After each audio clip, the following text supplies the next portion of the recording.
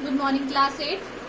तो from today onwards we are going to start our revision. जो आपके chapters आएंगे रिवीजन में, जो भी आपके एग्जाम्स में आएंगे वो है आपके चैप्टर नंबर.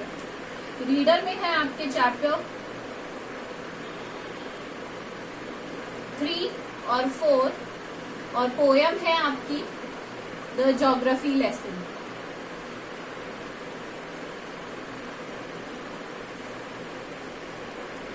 और ग्रामर पोर्शन में है आपके determiners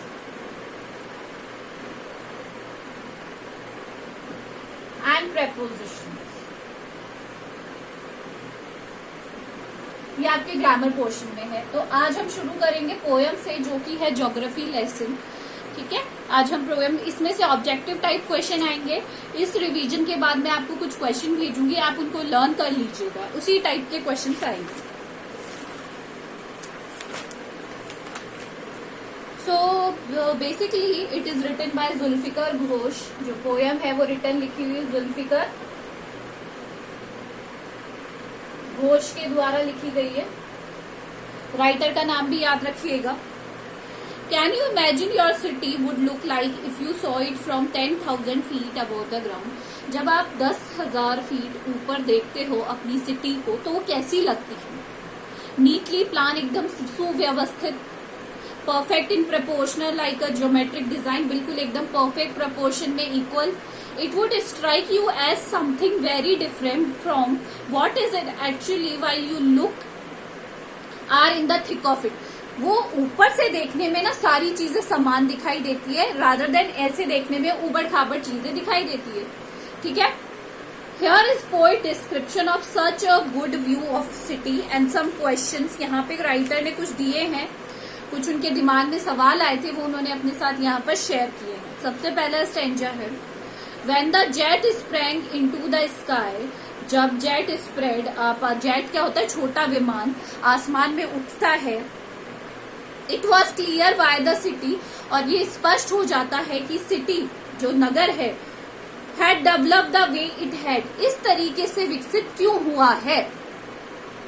they seemed and seeing it scaled 6 inches to the mile.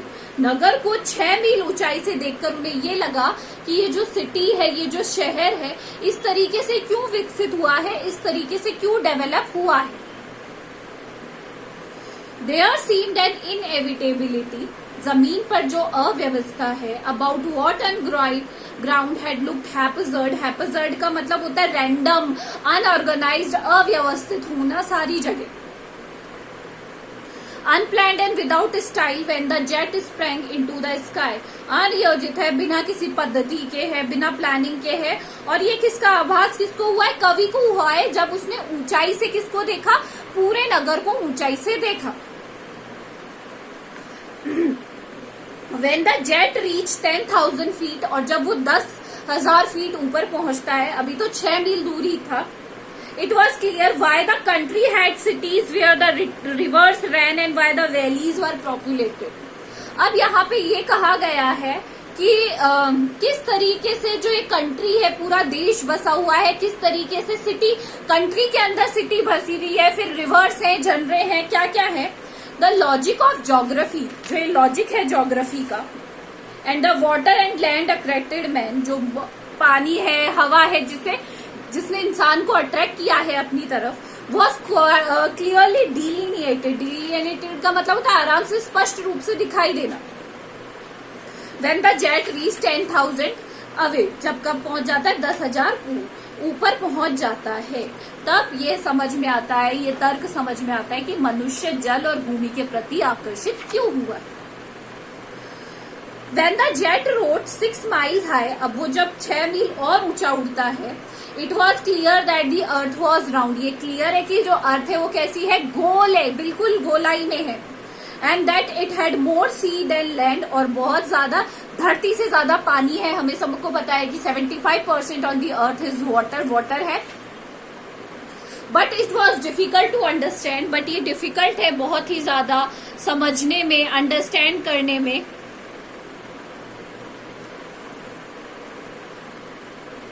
that the man on the earth found causes to hate each other, but यह समझना बिल्कुल ही बहुत ही ज्यादा क्या कहेंगे अच्छा नहीं है। किस तरीके से है कि जो मनुष्य है वो एक दूसरे से नफरत करने के बहाने ढूंढते हैं धीरे धीरे।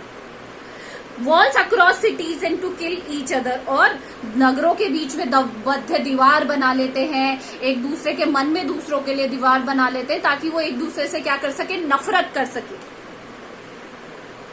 From that height it was not clear why, but उस ऊंचाई से ये समझ में नहीं आता है कि ऐसा क्यों है। The poet wants to say that कि ऊंचाई से सब कुछ क्या लगता है, समान लगता है ना। ऊंचाई से अगर हम किसी चीज को देखेंगे ऊपर से, you will see everything equal, everything is equal at that way, but why the humans hate each other, why they are jealous of each other, इसका कारण आज तक कवि को समझ में नहीं आया। उन्होंने ये बताना चाह रहे हैं कि वो ऊंचाई से जब सब चीजें समान है तो मनुष्यों ने एक दूसरे के लिए मन में भावना ऐसी क्यों डाल रखी है, ऐसी क्यों मतलब क्या कहेंगे उसे, क्यों अपने अंदर विकसित कर रखी है। आया समझ में? तो ये पोएम का रिवीजन हो चुका है। I will send you some question and answers of MCQs related today. You have to learn them and write in them in your copies. Thank you.